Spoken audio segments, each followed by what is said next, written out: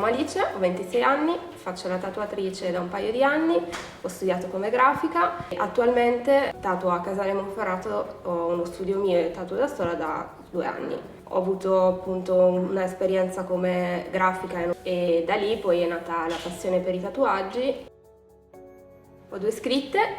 sopra i piedi che sono un detto che è molto, diciamo, personale. Poi ho un'altra scritta all'interno del ginocchio, ho un pinguino che mi sono fatta io a matrioska sulla gamba, le colline del Monferrato, un teschietto messicano, poi ho un'indiana, ho dei baffi, ho un barattolo di marmellata, ho delle stelle, ho un gelato, ne ho uno all'interno del labbro, poi ho un fulmine nella mano, ho una frase qui,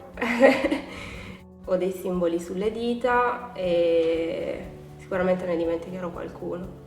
A settembre ricomincio, ho già diversi appuntamenti segnati, andrò a fare il retro delle ginocchia con uno stile particolare che è il dot work, quindi tutti i puntini, da un artista molto bravo italiano, e poi inizierò il progetto più grosso che ho, che è la schiena, e farò un pavone dalla spalla alla coscia. L'8 novembre di 2 anni fa è mancato mio nonno, che è stata una figura molto importante per me, visto che mio papà, diciamo, non è stato molto presente, quindi lui è andato a sostituire questa figura paterna. A distanza di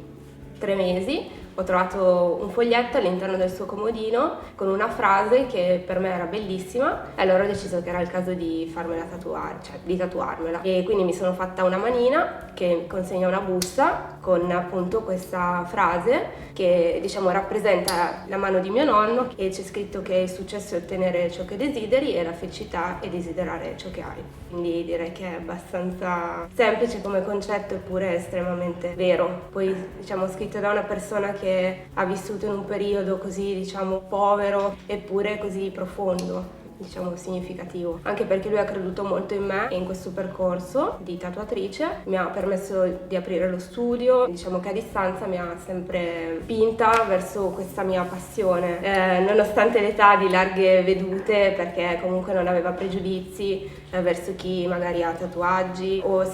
diciamo è diverso rispetto alla massa, perché poi alla fine il tatuaggio è molto di più di quello che le persone possono pensare, e anche mia nonna infatti si è tatuata.